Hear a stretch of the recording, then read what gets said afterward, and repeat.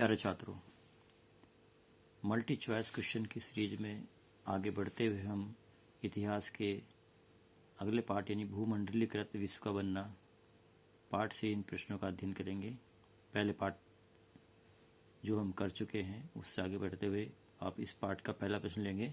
महामंदी का प्रारंभ कब हुआ? देखिए, महामंदी का प्रारंभ 1929 ईस्वी को हुआ था। अगला प्रश्न, विश्व व्यापार संगठन की स्थापना कब हुई? तो विश्व व्यापार की संगठन की स्थापना कब हुई या कहाँ हुई? ठीक है ना, इसका आंसर होगा 1 जनवरी 1995 को हुई थी और वो जेनेवा में हुई थी। अगला प्रश्न है, अफ्रीका में रिंडरपेस्ट नामक पशु में जो बीमारी फैली वो कब फैली थी? तो ये 1890 ईस्वी में फैली थी।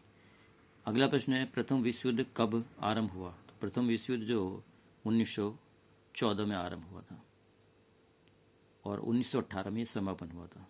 कभी 18 इसका समापन आ जाए यानी समाप्त हुआ तो 1918 में। अगला प्रश्न है, चीन की क्रांति कब हुई? तो चीन की क्रांति 1949 ईस्वी में हुई थी। अगला प्रश्न है, अमेरिका की खोज किसने की? अमेरिका की खोज कोलंबस ने की। और यदि भारत का है तो भारत की खोज वास्को डी गामा ने की थी। अगला प्रश्न है, ब्रेटन वुड्स समझौता 1944 में कहाँ हुआ था?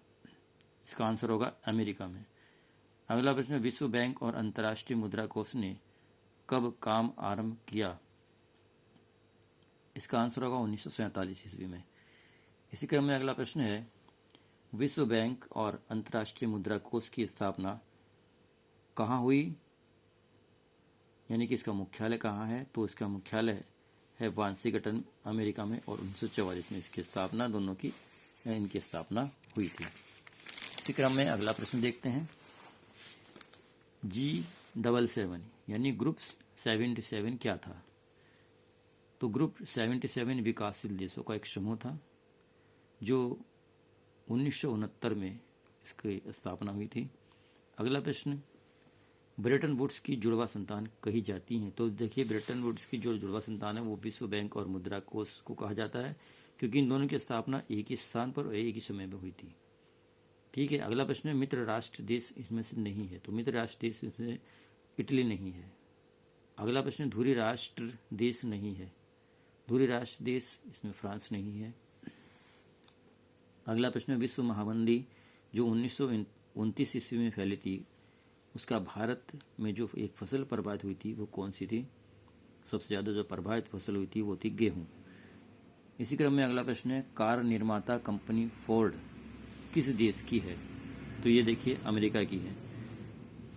अगला प्रश्न है, कॉर्न लॉ मक्का के आयात पर प्रतिबंध लगाने वाला देश कौन सा था? कॉर्न लॉ पे जो प्रतिबंध लगाया था वो देश था ब्रिटेन। अगला प्रश्न, गिरमिटिया मजदूर प्रथा को समाप्त किया गया, वो कब समाप्त किया गया? तो 1921 में समाप्त किया गया था। अगला प्रश्न, G77 का मुख्यालय कहाँ स्थित है? तो G77 का मुख्यालय जो वो है जिनेवा में स्थित है। आज के इस जो सीरीज के प्रश्न हैं इस पार्ट से वो हमने अध्ययन किए। अगले चैप्टर से ऐसे ही हम क्वेश्चन का अध्ययन करते रहेंगे, तो इसलिए चैनल को ध्यान से देखते रहें और इन क्वेश्चनों को ध्यान से याद करते रहें और परीक्षा में अच्छे से अच्छे अंक प्राप्त करें। धन्यवाद।